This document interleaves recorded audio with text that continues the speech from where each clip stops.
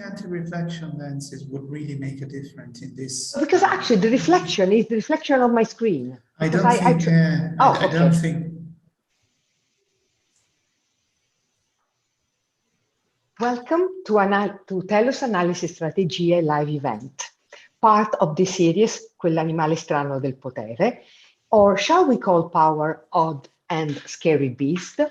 This series takes stock from the publication of the Collection 2, a volume which offers a selection of the interviews of the Telos monthly newspaper Primo Piano Scala C, and that follows the Collection 1, which was published in 2015. We decided not to talk about the contents of the volume, but to discuss with some of Primo Piano's key contributors about one of the most controversial topics of all time, power. Can journalism flirt with power? And what is the price for society if it does? Today, our guest is Toyosi Ogunseye, the fearless lady of African journalism, head of West Africa for the BBC World Service, and with whom Marco Sonsini and I will talk about power and journalism. Before getting started, I'd like to leave the floor to Toyosi to allow her to briefly introduce herself. Thank you very much, Mariella. It's a huge honor and privilege to be here to have this conversation with you. As you rightly said, my name is Toyosi Ogunseye. I'm the head of West Africa for the BBC World Service. And in my job, I basically look after the BBC in this part of the world, you know, from editorial to government relations, negotiations, etc. In West Africa, the BBC is quite big. It would interest you to know that Nigeria is the third biggest audience for the BBC in the world. You know, that's how significant this audience is, bringing in over 40 million people to the BBC on a weekly basis. So it's a really significant portion of the BBC's audience. And apart from English, we have language services, BBC Pidgin, BBC Hausa, BBC Igbo, BBC Yoruba, and BBC Afrique in the Francophone part of Africa, and that is situated in Senegal. So my job is to ensure that every day we are publishing or producing trustworthy, accurate, balanced, and objective information. And that's what I do on a daily basis. Thank you for having me. Thank you very much, Toyosi, and thank you for your introduction. Now, if you agree, I'd like to bring my first topic for discussion with you. And I'd like to start from what Mariella referred to moments ago. The overarching topic throughout this series of meetings is the nature of power. And that's why in our first webinar in July, was held in Italian, we invited a bunch of professionals with a very diverse background, including, among others, an Italian journalist.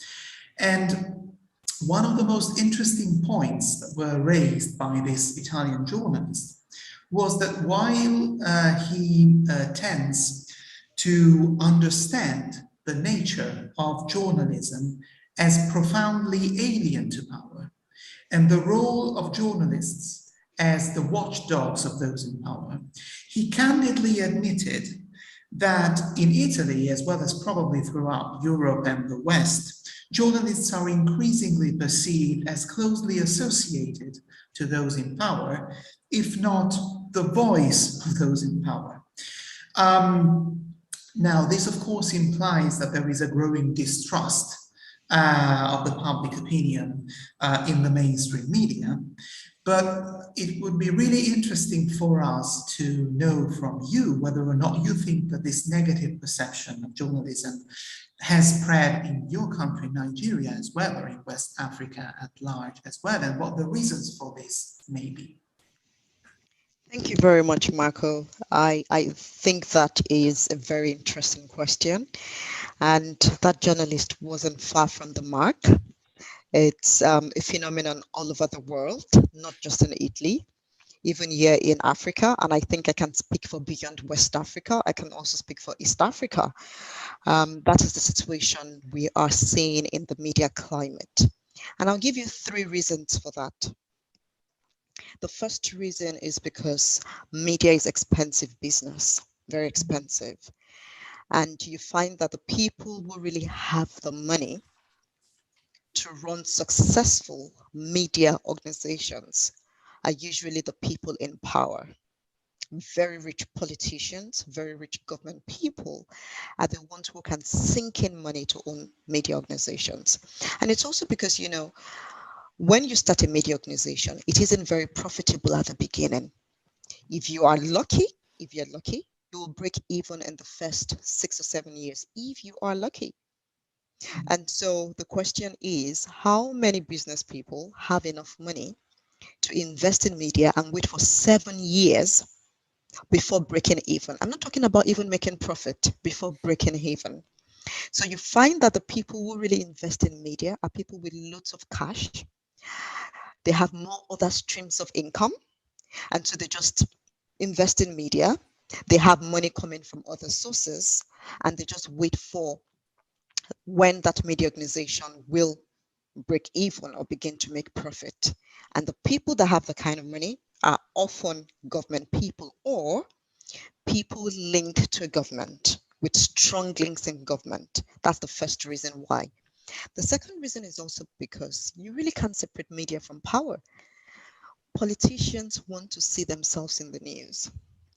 Politicians believe that by being friends with influential journalists, they are going to get fantastic reviews in the papers, on TV, on radio. So they go out of their way to be friends with journalists. And then the third reason is journalists themselves that also see the media as a pathway into government. So a lot of journalists are not just journalists for the sake of being journalists. It's not like they're not professional, they're professional, they love the job, but the whole point of coming into journalism for them is to get a government appointment. So in summary, I've just mentioned 3 reasons why this is a growing phenomenon and why it's not going to stop. Because media is expensive. Only the people who are super rich and have links to government have that kind of money. Secondly, politicians will always want to obnob with media owners and influential journalists because they think they'll get fantastic reviews in the papers or on radio and TV. And they also think in terms of when they have a crisis. Let me be friends with this journalist so that, you know, in 6 months' time, I may have a crisis, I can call upon him. So some of them begin to invest in that relationship in anticipation of future problems, you know. And then the third reason, as I said, is the personal ambition of journalists to get into government, and they see the media as a pathway to get in there. Well, thank you very much.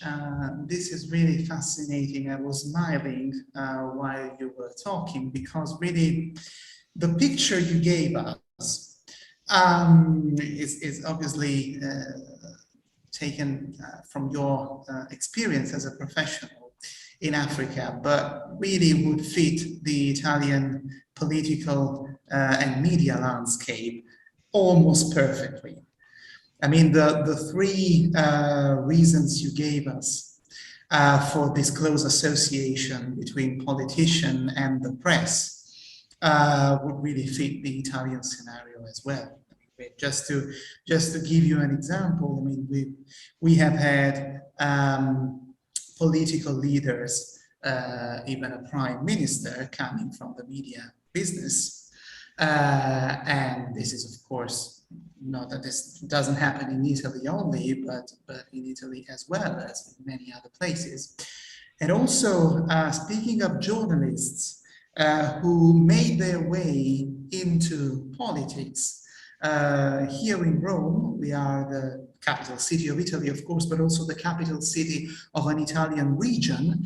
And 2 of the latest president of the Lazio region, that's the name of it, were former journalists who, at a certain point in their career, made their way into politics. We have a few of those here too. And one of them then made his way to the European Parliament as well. So a very successful political career starting from journalism, and starting not just from journalism, but from the state-owned media outlet.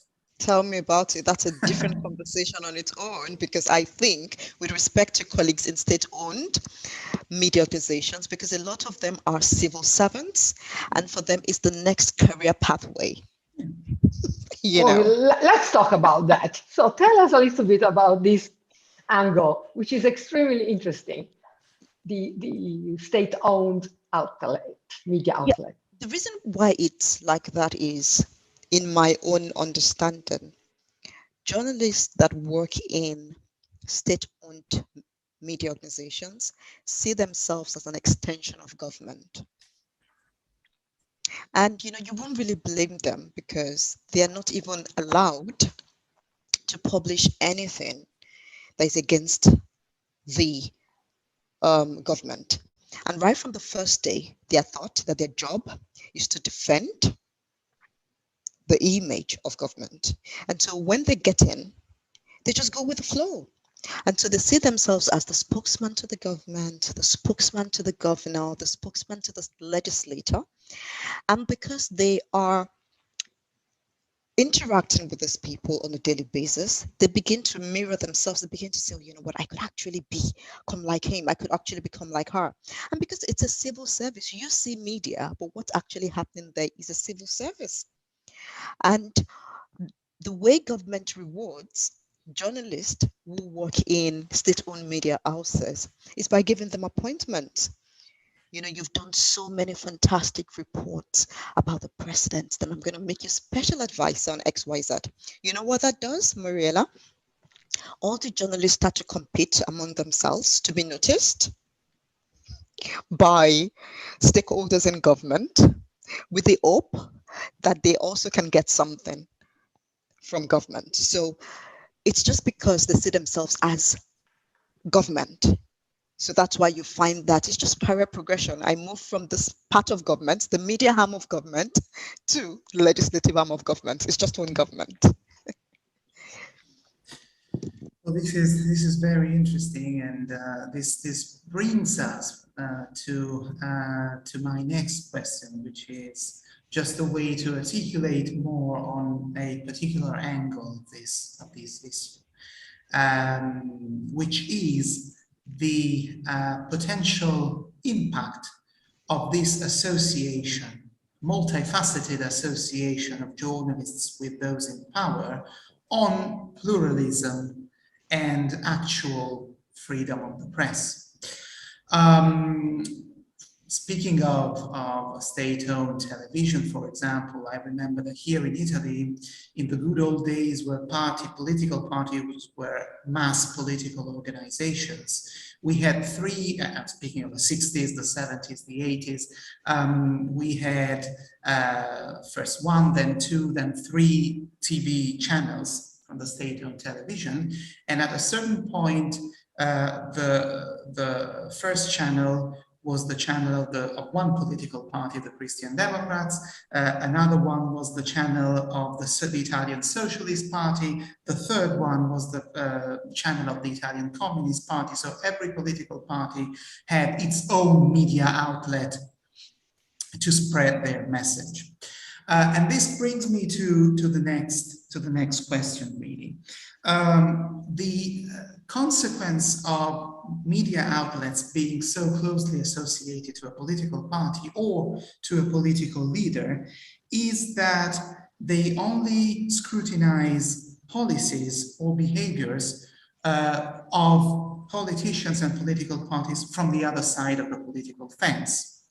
And the first consequence of this, in my view, is that policies actually come under media scrutiny only if the left and the right disagree on those policies, not if they agree. And the second consequence, in my view, is what if the left and the right rule the country together? This is what we are experiencing right now in Italy, but we are observing in many other countries as well, increasingly as the popularity of mainstream parties collapse. So when the left and the right rule the country together, there is a high chance that no government policy will ever come under media scrutiny. So now my question for you, basing on the observation of these trends, is whether or not you think that these trends applies to Africa as well, and how important is it, in your view, for the media to be independent from political parties in order to have or to restore pluralism in the public debate? Thank you, Marco. Such an interesting question that has different angles, and I've just jotted them down because I really want to speak to each of them. But before I come to your question, there's something that crossed my mind briefly about state-owned media and the fate of journalists there. One of the challenges of working in state-owned media, or the challenge that journalists in state-owned media have is, and I don't know if this applies in Italy, you find that often the state-owned media employs the highest number of journalists. And the truth is, very few private media organizations can absorb this number of journalists that state-owned media organizations employ. And also the job stability that comes with working for state-owned media. So two reasons why these journalists don't leave. The first one, where do they go to? Because the opportunities are limited outside state-owned media, because there's just a little that, or a few that private organizations can absorb, and they're filled up already. You know, newsrooms maybe have 1 or 2 or 3 vacancies. They don't have vacancies for tens or hundreds of people. And so because these journalists really do not have alternatives, they stay there and hope to grow there. And the only way to grow there is continue to be an extension of government. And secondly, the job stability that comes with it, particularly for people with young families. You know, they can stay there, send their children to school. The workers are very convenient. The demands are not so difficult. And they just stay there, hoping their kids can go to school and graduate, and then they can now move on.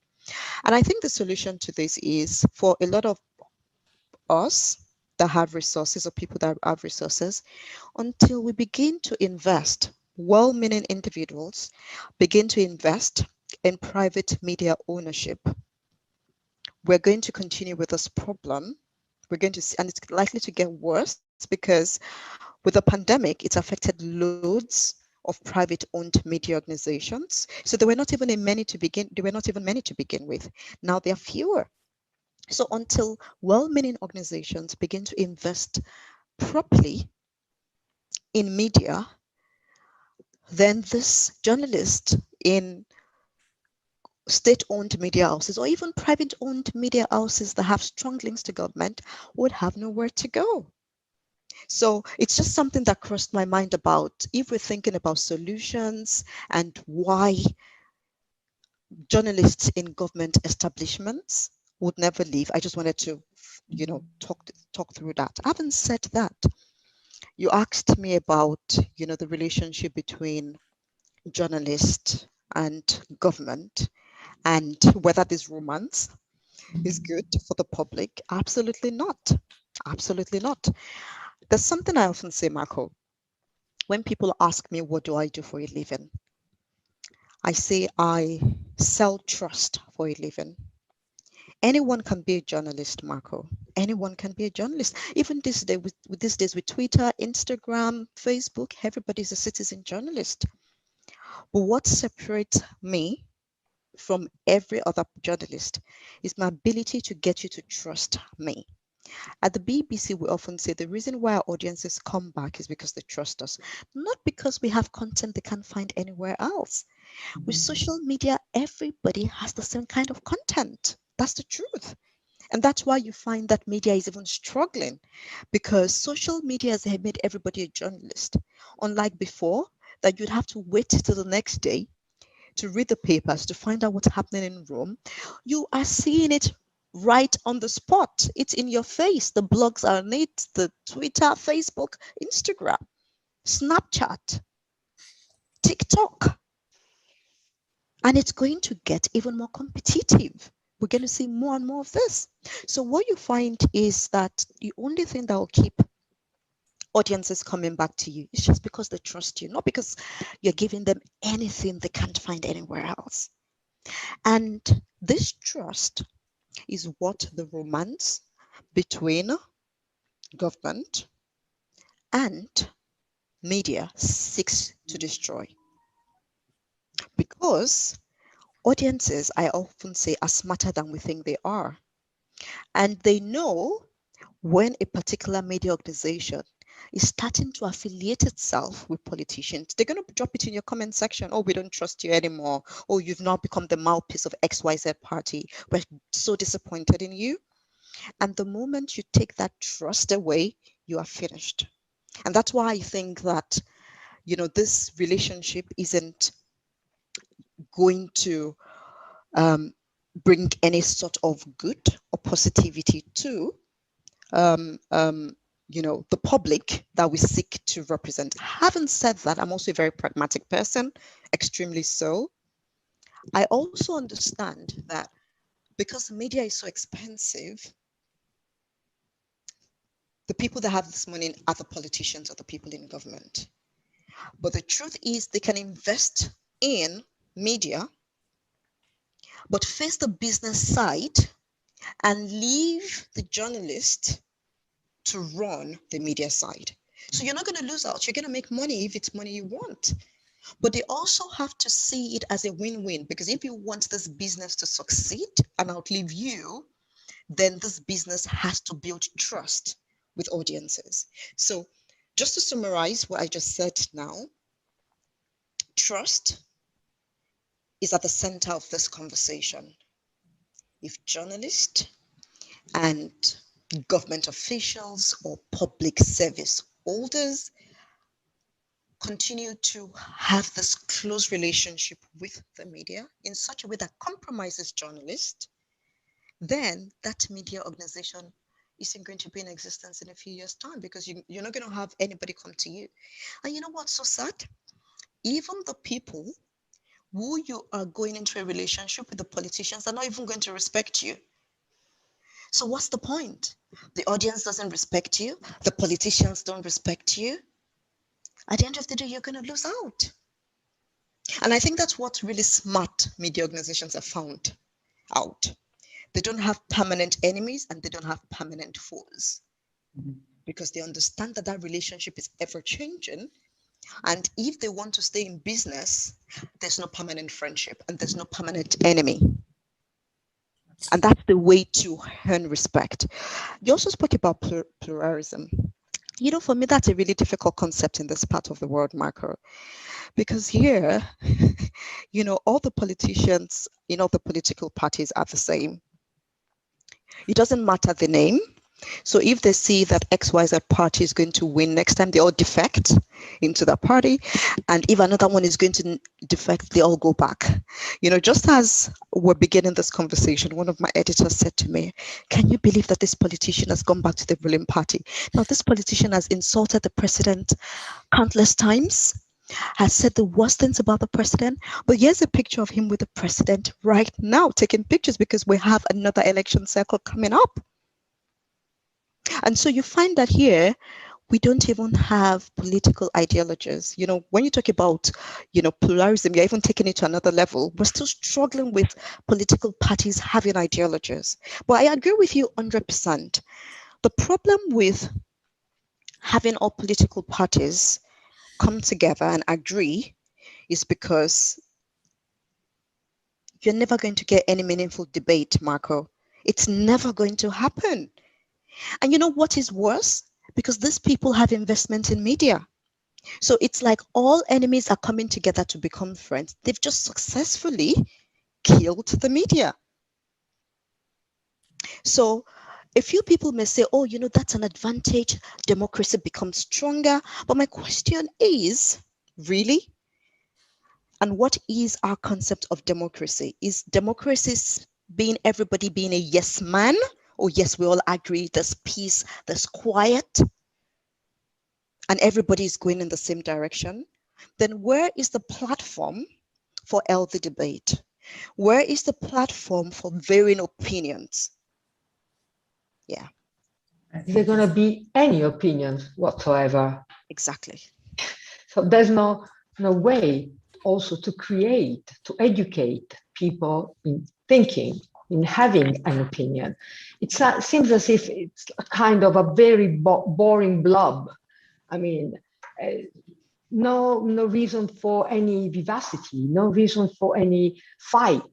That's actually the core of life, the core of discussion. But going back to the main question, is power journalism? At the end of the day, is there any power in journalism or not? Not power and journalism, but the power of journalism.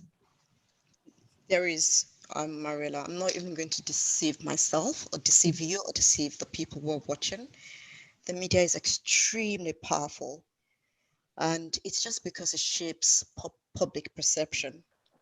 And as long as we have politicians who want to look good, then the media will remain powerful. And it's not just even about politicians. Come to think about the thousands of people or millions of people that come to a news website, and we are the window between them and the power to be a government.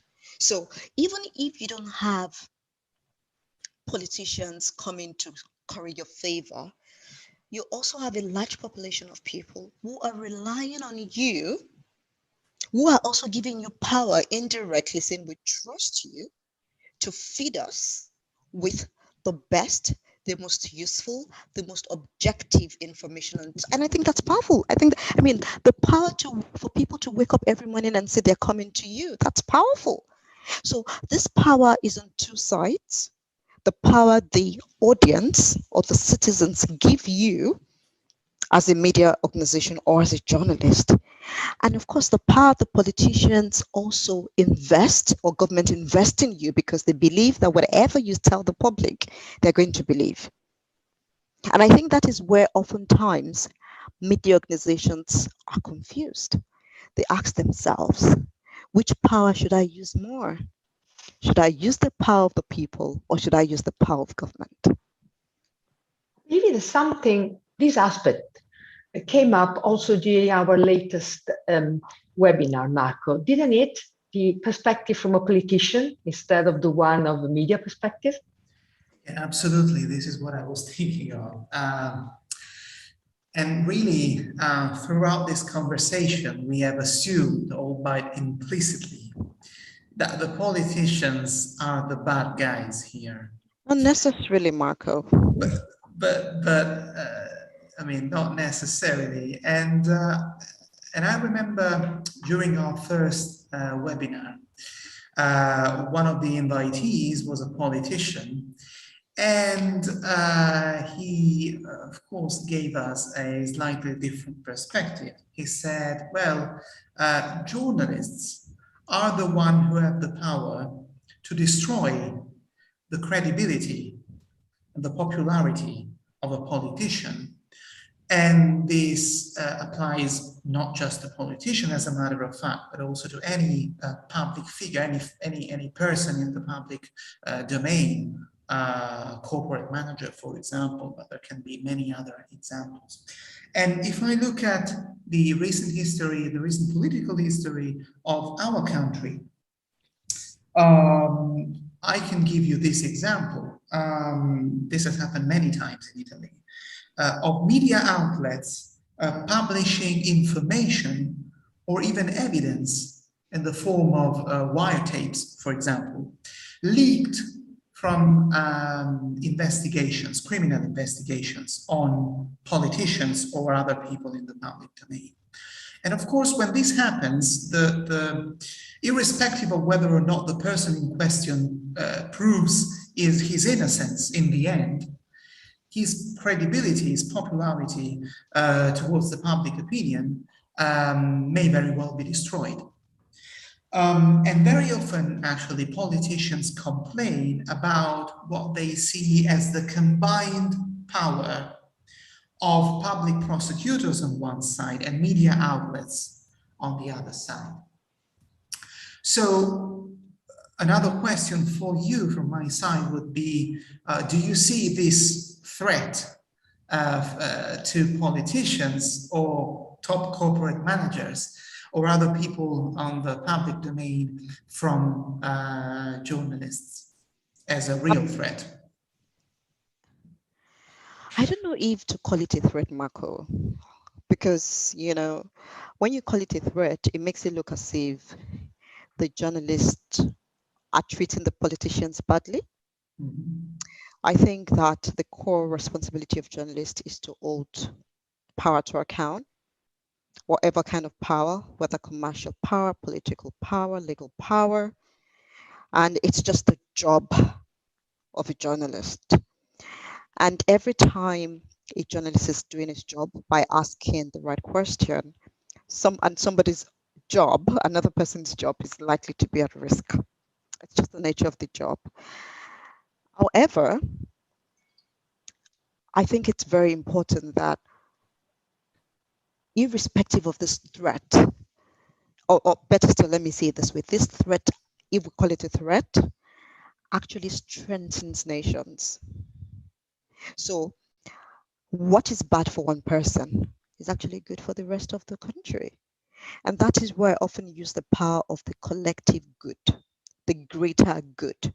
So every time we want to do a story and a politician calls and says, oh, you want to destroy my life, or this is the end of me. And I say, I'm sorry, I know that this story isn't going to paint you in good light. However, my responsibility is to the public because that is the greater good. So on the one hand, you have something called a threat. On the other hand, this same threat is what is strengthening our democracy. It's what is strengthening our economy. It's what is strengthening good governance and accountability.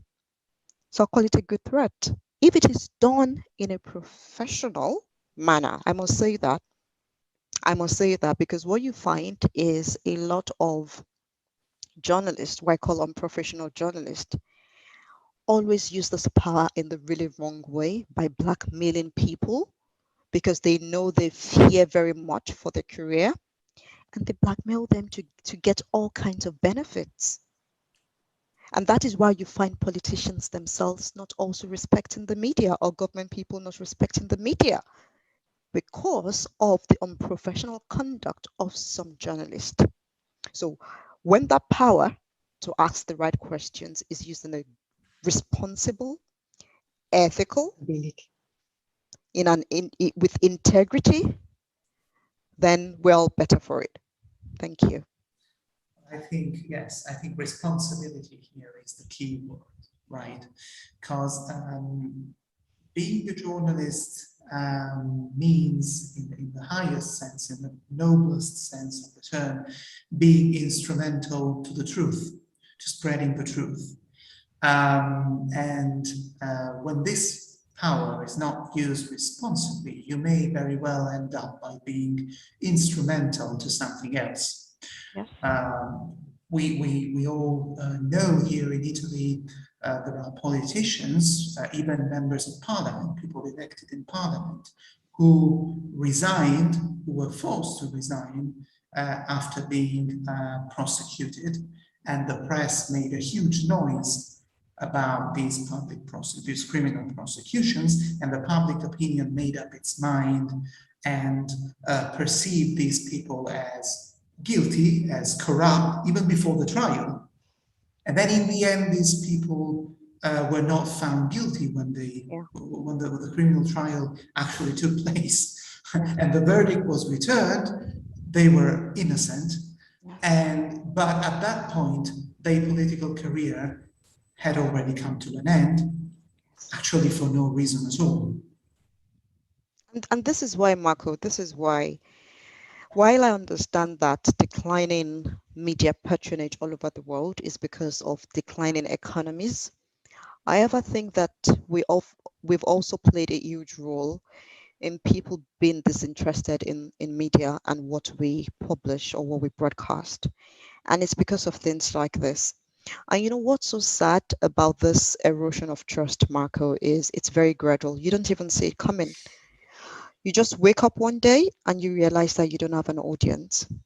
It's often a cumulative of these examples you've given. We call it here a media trial, where we're often so quick to bury people. We're often so quick to bash people. We're often so quick to play identity politics. We're often so quick to be activist. Again, that's a conversation for another day. Is journalism activism? Is activism journalism? And what's the difference between both? And is there room for both? But what you find is because we get carried away by a quick and urgent need to bash people. And what happens is that gradually people will lose their trust in us. So what I often say to my journalists in the newsroom when they bring stories like this to me, the first thing I say is I say, pause. This person is a human being. You have all this evidence. If you were your brother, how would you want this covered? If she were your sister, how would you want this covered? If this person were your uncle? Because when we talk about audience, these people are also our audience. And so I say you have to be fair to them. It doesn't matter what you think. It doesn't matter how you feel, because these same people are part of the audience consuming your news. And that's why you find that when you do a really objective story on a corrupt politician, when it's very balanced, I've had politicians call me to say, you know what, I didn't like that piece, but I must thank you for listening to my side of the story. Thank you for letting me defend myself. It was a really bad story, but the public is against me, but I feel hurt. I feel that you gave me the chance to defend myself. Thank you. And then that way, you've done a good job. You've not taken sides with anyone. And what I will call a really good antidote to this problem, Marco, is for us to not forget that the same government officials, rich individuals, whatever, are also members of the society. And they're also part of the people that we expect to come read us. They have family members, they have friends. They don't live in Mars, they don't live in Pluto. And the fairness we preach about in our journalism must apply to them. And when you are fair to them, you know what it does? It strengthens it makes your media business more powerful, because the audience can see that you've done a good job to give this person a fair hearing. And so what happens, Marco? When this person goes to court and wins, you don't look so bad. You don't look silly, because you did a really good job. It was just the court, that freed him, but you never went about bashing him, sacrificing him, calling him names, and letting people drag him as they should. And while we do not have power over how the audience will respond to our stories, we don't have that power. We, however, have the power to do balanced journalism. We have the power to do fair reporting. We have the power to be objective people. And so for me, that's just going to be my answer to that question, Marco. Well, actually, this brings us to another aspect that in Italy sometimes we laugh about. It's investigative journalism, which is, I am not ashamed to say, and I'm not afraid to say, that is a big, big vacuum in the Italian journalistic arena. However, I know that it has been part of your life. For more than 15 years, you've been doing that job in a local newspaper in Nigeria. Therefore, something that I would like to ask you, and also to give this answer with an anecdote, if possible. In your experience, can investigative journalism change little by little things for people? Not little by little, Mariella. Big by big, large by large. It can. And what is my idea of change. Anish, Yes, you're back now. You froze a little, Mariella, but you're back now. Can you hear yes, me now? back now. There was a moment of freezing. Can you hear us? Yes, No. I can hear you clearly. Marco, can you hear me? It's like net Hello? connection. Great. Marco, you. Oh, that's terrible. I can hear you clearly. Can you hear me? A little. Hi, Marco. Marco seems frozen. Marco, let me know if you can hear me. I can see you. You're back, Can you hear Mariella. me, You're back. You're Toyosi? back. Yes, I can hear you. Sì? I can hear you. Siamo congelati, vero? I can hear you clearly, Mariella. Okay. Yes, I can hear you. I can hear Probably you Marco. clearly. Yes. Well, I can Okay, hear you. so that's So I'll great. just go Probably on. it was Marco who had an issue. Just Yeah. go on, yes. So I think that About investigative journalism. yes. I actually think it can change a lot of things. And you know, for me, my first answer to you, Mariella, would be sometimes we think investigative journalism is about going to the moon, going to the Mars, and doing these big stories. I like to think about investigative journalism from the lens of changing what is next to you. For example, that school where you know, government has given them XYZ amount of money to build toilets, but for some reason there are just no toilets in the school. This road that government has awarded the contract, but for some reason that contract has not seen the light of the day. And so investigative journalism can be things like investigating why kids don't have good food in schools when there's a budget for that, why we don't have toilet in public schools. You know, sometimes it's not just about looking at the big guys in power.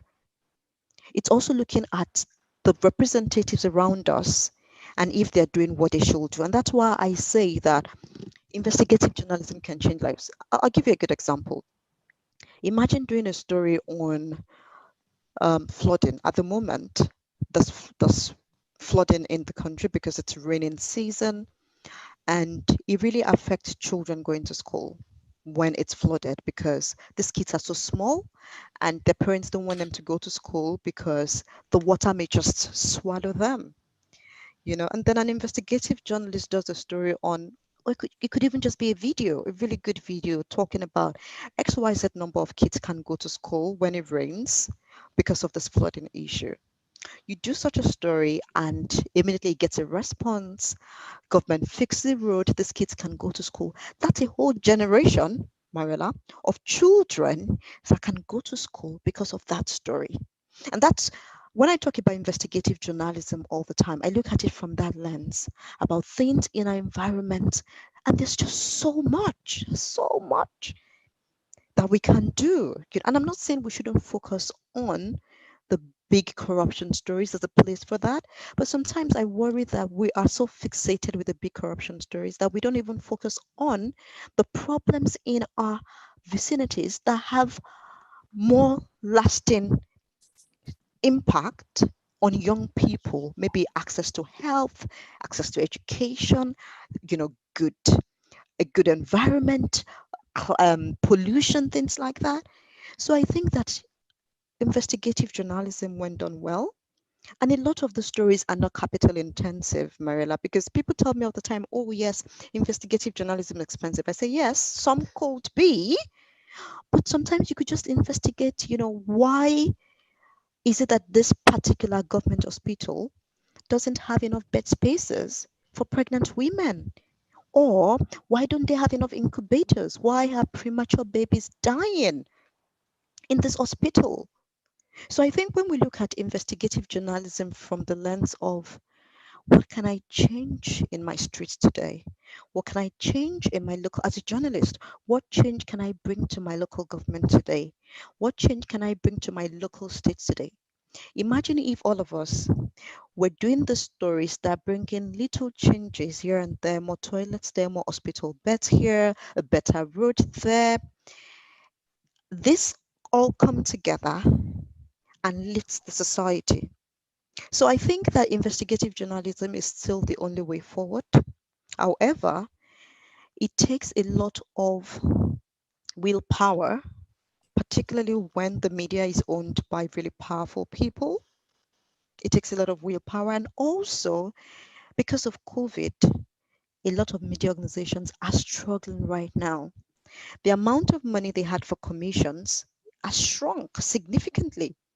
And so when you want to do a story, the publisher is thinking about what returns can I get on that story? Oh, am I sure the story is really profitable?